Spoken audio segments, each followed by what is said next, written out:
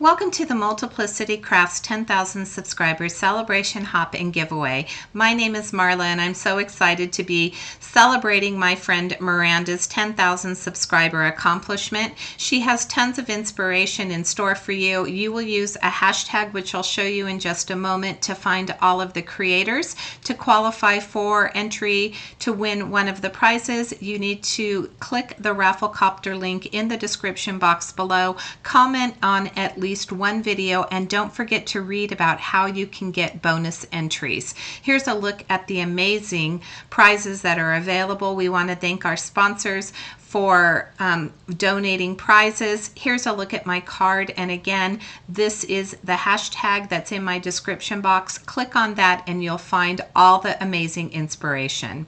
My card today features the Feathered Friends 21 from Papertrey Ink. We also have the Into the Blooms Cherry Blossom. This is called Weathered Tile. It's a two-piece stencil set. Inspired God. I have a die for the word God, and then I'll be using those sub-sentences. I love vibrant colors. Pink Fresh Studio has some amazing ones, and I wanted to create a beautiful bluebird. Their blues are phenomenal. My favorite out of all of the inks, and I have a lot of inks. So we're going to start with the Feathered Friends, which is a layering stamp. This is super economical. If you're looking for great price points on products, they have several of these birds that are under $10. This is a layering stamp. It's super easy to use. I'm going to start with my first layer, which is going to be the head and the feathers for the wings. I inked my stamp up with Seaside Ink from Pink Fresh Studio, and then I'm going to align my defining stamp for the feathers. So this is going to add definition to those wings, and I'm using Storm, which is a darker blue, and I'll ink that up. The alignment for this stamp is super easy. In fact, I'll show you right here. There's a little V on the chin of this bird, and I'm just lining that V up that they placed on the belly stamp. Once I get that aligned, I'll close my Misty Door, use Sparkling Rose, which is going to be a really pretty pink. So we're going with pinks, blues, and greens today. And then I'm going to go underneath and align the underbelly. For the underbelly, I went with that same dark color that I used to define the feathers. So I wanted that contrast in the blues because it is the underside. I'm using that Storm. And then this bird is super expressive, and I'm going to add some of the lines that are in the eyes. So there's little indentations above where the brow is, and I used again that Storm ink, and I'll use that same Storm ink for the top of his head, again providing more contrast. You're going to see here in just a moment when I add the eyes that it leaves a little bit of a white space, so you don't have to use a gel pen, which I really appreciate that little bit of detail, and you're going to see just how adorable the face is. Here we're adding the feathers to the chest, so this is adding that dimension to this die cut piece. There are coordinating dies for this, but I did end up using my brother's Scan and Cut to cut it out. It's a fairly easy, not too intricate stamp, so I thought that I would just forego the dies and use my Scan and Cut. Here's where we're going to get those beautiful eyes. I'm using Memento Tuxedo Black ink, and then I don't think I showed it, maybe I did. I used the it's called Coral Reef for the beak of the bird, and I think I may have cut that portion out. I'm using that Tuxedo Black for the feet. Nope, I guess I didn't. And here's where I'm going to add that Calypso Coral to the beak, and that's going to complete my little bird today. All right, moving on to our die cuts. We have the Into the Blooms Cherry Blossoms, which comes with 3 different sizes of cherry blossoms, 1 full size, 1 medium, and then 1 small. I am coloring this very long branch. I did color a second one and trim it down just a little bit. I used the same colors. So for my Copic markers, I started with a E47 and then I added some shadowing with an E49 and went back over it again with an E47.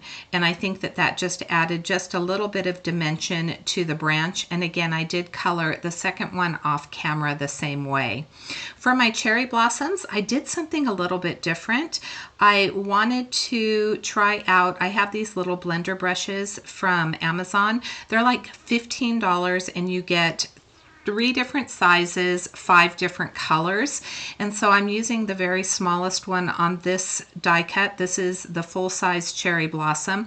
I'm using the bubblegum ink and I'm following the outer edge, so I'm trying to get in between each of the petals, and then it's really hard to see, but these come with a detailed embossing line for the flowers, and so I'm just kind of using that brush to brush over those areas that have the embossed lines in it.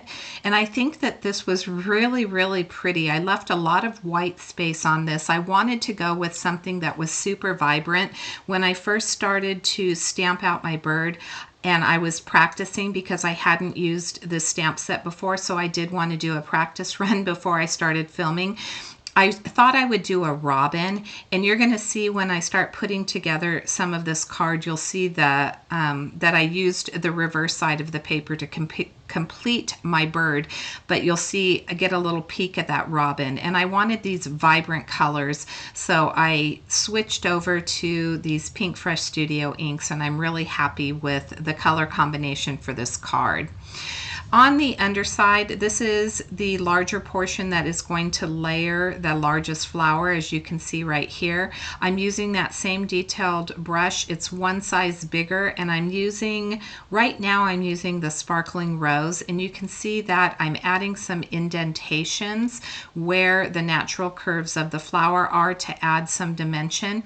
I did add ballet slippers as the base color, and when I laid the top layer over the top, it was too contrasting, so I'm going to add a little bit of that ballet slipper, still leaving white space, but just doling down that top layer a little bit so that it matches the bottom.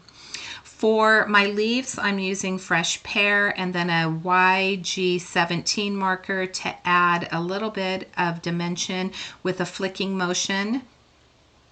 And then we're going to start putting our flowers together. So this is the smallest flower, and there is a little detail piece that goes underneath the stamens. I did color that up with the Sparkling Rose. And then for my stamens, because I used that coral reef on the nose or the beak for my bird, I wanted to tie that in a little bit more. So I added that same color with a touch of the Sparkling Rose to my stamens. This smaller flower does have that little layering petal right here. You could add foam tape to that and it would add even more dimension. I chose not to add foam tape to this. I think I'm going to try it again and add that foam tape for a little bit more dimension on the flower, but I do add foam tape to the back of each of the cherry blossoms. For my little stem for my buds, I did use that YG17 to tie in some of that darker green because it is compressed together. A bud would be compressed together. I went ahead and used that darker green to add some more contrast, and then for each of the buds I used the Sparkling Rose. So I'm repeating the colors on my card quite frequently. This is the mid-size flower. We're going to layer it up with the bottom layer, and it's easy to see how these two, the small and the large, align. The larger one is a little bit trickier. So again, we have that detailed piece that I used, the Sparkling Rose, that's going to go underneath my stamens, and then that will complete the mid sized cherry blossom. For the full sized one, here's where I'm trying to find where two petals are going to align on the die cut, and once I figure out where that needs to go, I'll add a little bit of glue to the back side, find that spot again, and get that aligned. There's an extra piece right here that I don't think is necessary because you really don't see it. I think if it were a little bit larger, it would work, but because that stamen is so big, it really does get covered up. I think if you wanted to create a different style of flower, that would be a great piece to use. I have an A2 top folding card panel. It's white, as you can see. I'm going from the bottom right hand corner towards the upper left hand corner using one of the stencils from the weathered tile. I added Blue Jay ink, which is my absolute favorite blue ink. I think Pink Fresh Studio has the best blue inks on the market. And now I've added a little bit of that Blue Jay to my glass mat, and I'm going to do some spattering. So I repeated that blue, what was left on my brush. I just went over the stenciling that I did to add a little more shadowing behind my bird. For my cherry blossoms, it's hard to see on camera, but I did add some white spatters to give it a little bit more interest. And now we're going to start putting this card together.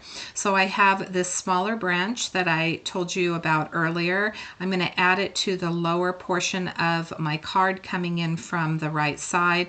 I'm going to add this action wobbler. So part of the hop criteria was to create an interactive card, and so my little bird is going to be dancing on its branch. I have these super large action wobblers that I purchased not realizing how big they were, so all I do is just trim it down a little bit so that it fit behind my bird. And now we have our dancing bird on the branch. I'm going to build the rest of my card around that lower portion. So I'm bringing in the larger cherry branch that I didn't cut down, and I'm bringing it in from the upper left-hand corner, kind of going down behind the bird. And we're going to start placing our flowers onto the branches. So for this, I used one of the largest flowers, and then this is the medium flower. I'm going to trim this branch back a little bit, and I'm going to add foam tape to the back of each of these branches. The added dimension with the foam tape is going to match with the bird. So the bird, because it has that action wobbler behind it, just sits up off the card a little bit, and so adding the dimension to the flowers really ties everything together. I'll start placing my leaves around. As I'm doing that, I did want to talk a little bit about my friend Miranda and why I created the card that I created today. So Miranda has been such an inspiration. If you follow her, you know that her faith is something that is super important to her, and I'm going to do a shameless plug right now. She did write a devotional that is amazing. I have a copy myself. She is an amazing faith-based writer. If you've never read anything that she's created, she did have a blog post at one time. I don't know if she still posts on the blog. I haven't seen anything lately, but she decided to venture out in a leap of faith and to write a devotional, and I will have a link to that book in the description box below. So it brought me to this card, and because I was creating such a cheerful spring card, I wanted to make sure that I included something that was important to her, and so I did add the faith-based sentiment to my card. In fact, my card's going to say, "May God bless you on your special day." So that is my nod to my friend Miranda. I wanted to make sure that my card represented who she is and what is important to her in her life, not just in crafting. And so that is my nod to my friend. Here I'm going to add this flower, and I'm going to add it to the center of my card. I end up making changes to this off camera, so I did pull both this flower and the leaves that I'm going to put behind it underneath right here. I am going to lift that up and I'm going to move it. So when I start putting my sentiment together, you'll see that that flower is going to be actually at the top of the card because I needed a place for my sentiment to go. So that does get moved, and I think that it balanced out the card just a little bit more. It was a little bit bottom heavy when I was looking at it, and so just moving it, it's okay to make changes to your cards, which is why when I'm building cards like this with foliage, I typically just add a little dot of glue to the end of the leaves or the flowers so that it's easy for me to move. I'm going to clip off that little branch and we're going to start working on our sentiment. I cut it out 4 times. I glued 3 of them together, and now I'm going to add my final word, which is God, to the top of my chipboard piece. I like the dimension that I get when I layer up these die cuts, and I find that just cutting them multiple times from cardstock really gives me the bulk that I need, and it's super easy to put together. I've laid out where I want my pieces to go, so I'm going to add that little bit of glue to the back of my chipboard piece, tuck it into my branch. First, I just take it to my microfiber cloth so that I don't get any oozing glue out the backside because this is such an intricate die cut. I'm going to add an 1/8 inch piece of foam tape behind that word May just to give it a little bit more dimension. And when I add that to my card, that will complete my card for today. I will show you the inside sentiment that I stamped. I did use the Blue Jay ink that I used on the stenciling. If you enjoyed this video, please make sure to give it a big thumbs up. I would greatly appreciate that. Leave any comments or questions. I would love to hear from you. And if you haven't subscribed, hit that subscribe button. And I hope that you join me for my next video. Congratulations to Miranda. Don't forget to click that Rafflecopter link and use that hashtag to find all the amazing creators that have created inspiration for you today. And until next time, I hope you have a fabulous day. Thanks so much for watching.